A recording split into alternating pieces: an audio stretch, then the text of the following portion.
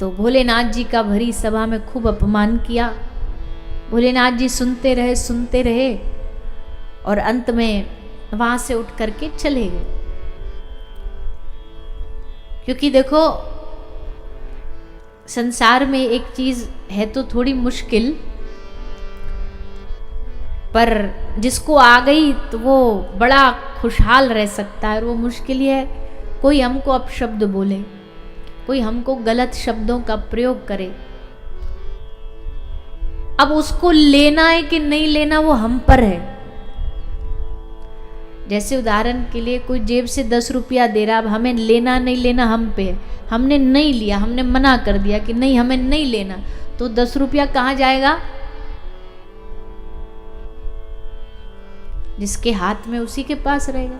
अब कोई हमें अपशब्द बोल रहा है, कोई हमें गाली दे रहा है, हमें नहीं लेनी, तो वो गाली किसके पास जाएगी? तेरा तुझको अर्पण क्या लागे मेरा। अब है तो बड़ी कमाल की बात, पर आती थोड़ा समझ में कम है। नहीं आती ना, कोई हमें अपशब्द ऐसे कैसे बोल देगा, हमारे मन में आता है अच्छा ऐसे कैसे बोल, हम भी बोलेंगे, तो वो आ जाता है मन पर। जिन्होंने ये कला सीख ली है वही तो महापुरुष है, वही तो सिद्ध पुरुष है। खूब अपशब्द बोले। भगवान भोलेनाथ जी ने कहा हम तेरे पास ही छोड़ जाते हैं, हमें चाहिए ही नहीं, और चले गए वहां से उठ करके। पर दक्ष ने हार नहीं मानी, उसने फिर यज्ञ किया भगवान शंकर को अपमानित करने के लिए।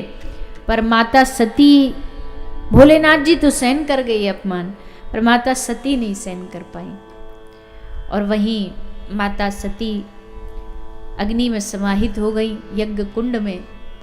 और फिर दक्ष का भगवान के दूतों ने सर काटा, और जब बार बार प्रार्थना करी देवताओं ने भगवान भोलेनाथ जी से जाके, तो भोलेनाथ जी ने फिर कृपा भी कर दी। इस प्रकार दक्ष प्रजापति और महादेव की कथा सुनाई गई। आगे महाराज मनु के 2 पुत्रों की कथा सुनाई जा रही है, उत्तानपाद और प्रियव्रत। उत्तानपाद महाराज के घर भगवान के भक्त ध्रुव जी प्रकट हुए हैं। श्री ध्रुव जी महाराज भगवान के परम वैष्णव भक्त बने, और ध्रुव जी की कथा से बात भी सिद्ध हो जाती है, भैया भजन के लिए इंतजार नहीं करना चाहिए उम्र का, भजन के लिए इंतजार नहीं करना चाहिए समय का। क्योंकि भगवान की कृपा तो कभी कभी मन में आती है कि चलो भजन कर ले, और उसमें भी आदमी सोच ले कि नहीं अभी उम्र नहीं है, अभी परिस्थिति ठीक नहीं है, तो धीरे धीरे समय ऐसे ही हाथ से निकल जाता है। भगवान का भजन, भगवान की भक्ति मौका पड़ते ही कर लेनी चाहिए, बिना किसी जाति पाति उम्र आयु वर्ण को मन में लाए बगैर। भैया ये पकड़ना है, कैमरा गिरा रहा बालक।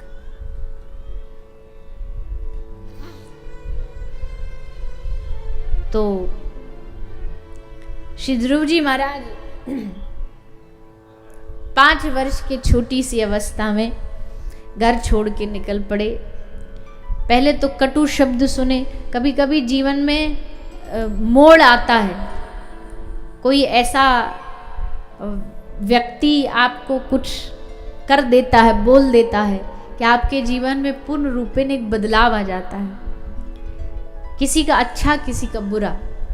तो ध्रुव जी के जीवन में बड़ा अच्छा बदलाव आया। पिता ने गोद से उतार दिया, कटु शब्द कहे, माता ने कटु शब्द कहे जो सौतेली माँ है।